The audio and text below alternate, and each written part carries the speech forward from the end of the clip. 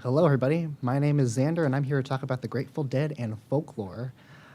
Before I get started, huge thanks to Professor Lawrence Briner, who advised my project and dealt with me for a year and a half. And also thank you to the Xander fan club, who showed up today to watch me talk for 8 minutes. So let's get started. So before I talk about, my project, what I researched, everything that I did, I want to talk a little bit about the background of sort of, why I want to do this and just my motivations. So I really love the Grateful Dead. If you know me, you know I love the Grateful Dead. And I think as far back as when I was a freshman, I knew I wanted to do something with the Grateful Dead. Didn't know what, but I was like, that's definitely what I'm going to do. And then it would turn out that I would major in English. And I knew I wanted to sort of combine these two loves. I wanted to do some kind of literary analysis with the Grateful Dead, and those were sort of the two passions that I wanted to meld for this project. And so in the next slide, I'll talk about sort of where my passion lied in my research, which was folklore. But before I sort of talked about that section, I wanted to just give some common definitions for folklore, because it's not necessarily the most widely known topic. So when I say folklore, what do I mean? So it's a huge field. We're talking about traditional beliefs, customs, and stories of a community passed through the generations by word of mouth. So when we're thinking about folklore, we're thinking about fables, myths, folk tales, those kinds of things. And particularly what I focused on was folk tales. So the two things that I worked the most with were what we would call motifs. So those are definitive elements within a tale. So think of wicked stepmothers, jealous sisters, and then when you get enough motifs together, you get a self-sufficient plot. So if you combine a bunch of motifs, you might get a Cinderella story, you might get Little Red Riding Hood, you might get Three Little Pigs, etc. And so why is folklore important?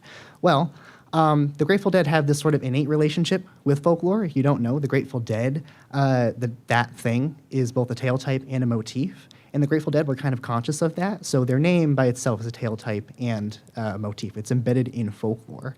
And that's something that's explored in the scholarship. So a lot of scholars look at the relationship between folklore and the Grateful Dead through a bunch of different methods. So they can look at Deadheads, the fan base, how they participate in folklore. Some look at the motifs and tale types that they use in the songs. It's really there. But when I was doing my research, I found out that there was a relative lack of how folklore might affect the narrative elements of Grateful Dead songs. And that's what I wanted to focus on. So what I do for a year and a half, I made a traditional research paper because I'm an English major, that's my bread and butter. And I examined 3 songs. So I looked at Bertha, Direwolf, and Terrapin Station, and I had 3 sort of mini conclusions for each song, and then I have one big overall overarching conclusion I'll talk more about at the end. But for my 3 mini conclusions, I thought that we could use folklore applied to Dead music to, 1, help clarify original intention within Grateful Dead music. It can help challenge traditional narrative elements within the songs, or it could help connect narrative elements of a given song. So I don't exactly have time to go over all 3 of those because that would take a really long time, but I did want to hone in on mini conclusion number 2. So I will say I wanted to show the example of Direwolf, and I did not do this before scientists remade the Direwolf, so that should show my intelligence and ability to project time. But I also thought it was a really good example, and it was the one that, frankly, I understood the most when I was writing it. So Direwolf came off of the 1970 album Working Man's Dead, and as a Grateful Dead fan, I sort of knew the catalog of songs. I knew that Direwolf would be a good song to analyze because wolves are a common motif in folklore, folktales. So within this song, you have a protagonist and a direwolf, and the entire song is sort of a conversation between the two of them, where frankly the direwolf is trying to kill the protagonist, and you see that over and over again in the chorus, which is where the protagonist says, "Don't murder me, I beg of you, don't murder me."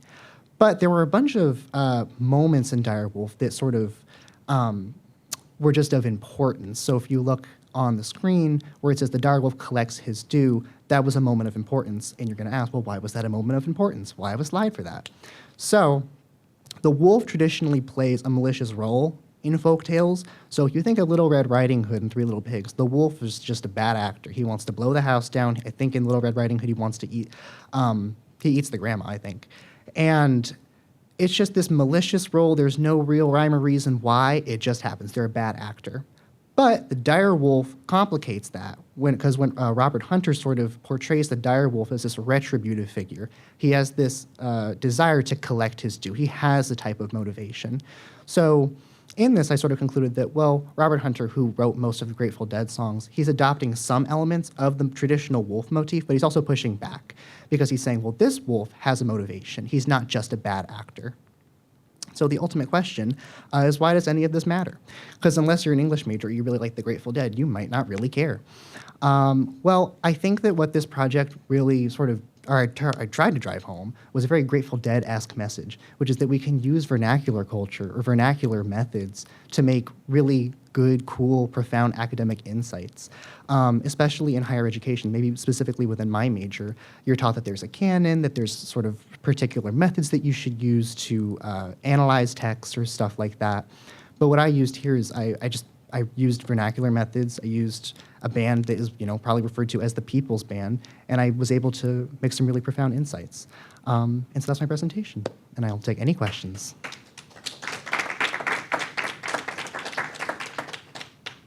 All right, any questions? Okay, yeah. I know that you are very familiar with the discography of the Grateful Dead. I am. But were there any songs that you did not realize were based off of some sort of tale or motif that you picked up on, like maybe if they were more subtle or if it was a story that you weren't familiar with? That is such a good question. I will just sort of shorthand say yes. I can't think of any particular cases like where that come off the top of my head. But the primary tool that I used for this research was it was called the Complete Annotated Bibliography of Grateful Dead songs, where people literally dedicated like a career to just marking all of the motifs and everything. So there definitely were instances of that where I would think, oh, I didn't know that, but I can't think of anything off the top of my head. But that definitely did happen, yeah. Any other questions?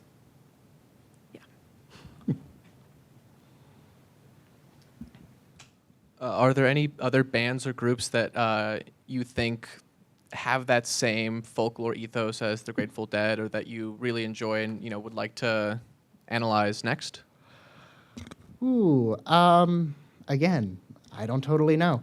I would say, off the top of my head, the Grateful Dead are such a niche type of band. The only other band that I can honestly think of would be The Band. That's what they're called. That's all I can think of, because they have that sort of that Americana, like hyper-Americana feel to them, that they seem homed in on that tradition. But the other band that I would think of immediately would be Fish, because they're like the Grateful Dead. People compare them a lot, but I would not associate Fish with the kind of same mission that the Grateful Dead had. But I would say, to answer your question shortly, I would say The Band would be cool to analyze, yeah. Any other final questions? All right, we got one back here. Was there ever a time, like throughout your research process, when you were surprised by something you found out by applying your research methods to a band you already knew really well? I would say I was surprised at how I knew that the Grateful Dead were very iffy on making any like hard, concrete statements. So when I read interviews with Robert Hunter, the interviewer would ask him, what did you mean by this song? And he would say, well, I think it's about this, but it doesn't have to be about that, but it could also be about this. And it was just so infuriating to like read this and be like, well, I had a very concrete idea of what this song was about, and you're giving me nothing, man. So that definitely surprised me, that the people who even wrote the songs were like, we don't really know what this is about. Yeah. All right, one last question. Anyone have anything? All right, awesome. Thank you so much. Next up, we'll have Amisha.